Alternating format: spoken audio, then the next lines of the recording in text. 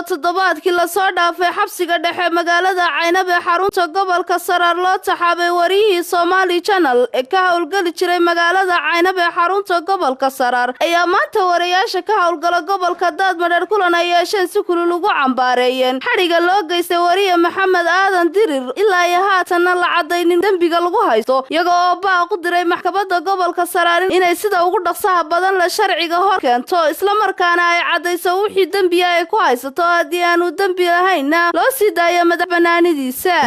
halkan codsi uga dareemay ama ku codsanaa maxay tahay xukuumadda Soomaaliland taliyaha qaybta booliiska gobolka Saraar gudoomiyaha maxkamadda iyo cid kastoo ka dambeysay xadhiga wariye Maxamed Aadan Dirir wariyihii telefishinka Somali Channel magaalada Caynaba oo muddo toddobaad ku xidhnaa magaalada Caynaba maxay tahay wax dambiina aan wali lagu soo cadayn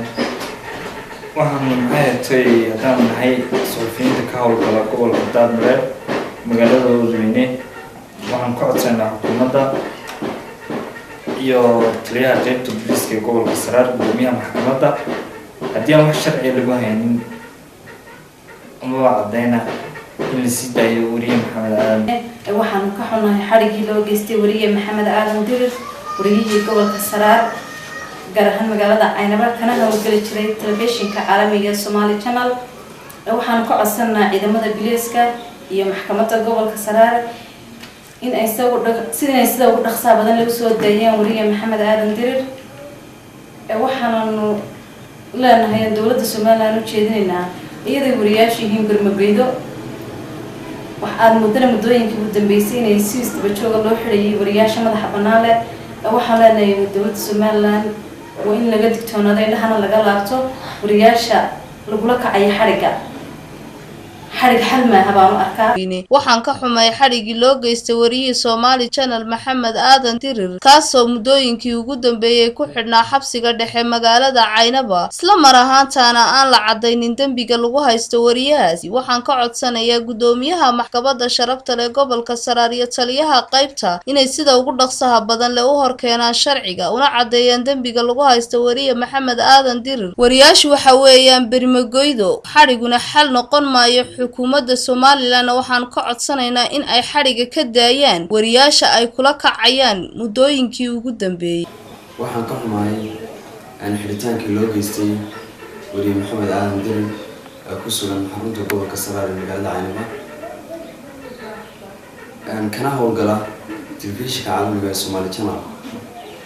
waxaan xukuumadda Soomaaliland ka codsanaynaa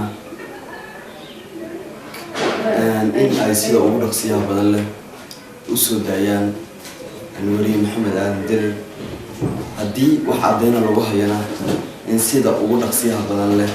loo xukumo haddii aan wax cadayna lagu haynina xorriyadiisa loo sii daayo runtii mar labaad waxaan xukuumadda ka codsanayaa xidhitaankan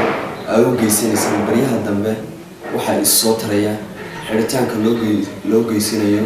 warbaahinta madaxa bannaan ee ka howlgala jamhuuriyadda Soomaaliland waxaan leeyahay ha laga daayo xidhitaanka loo geysanayo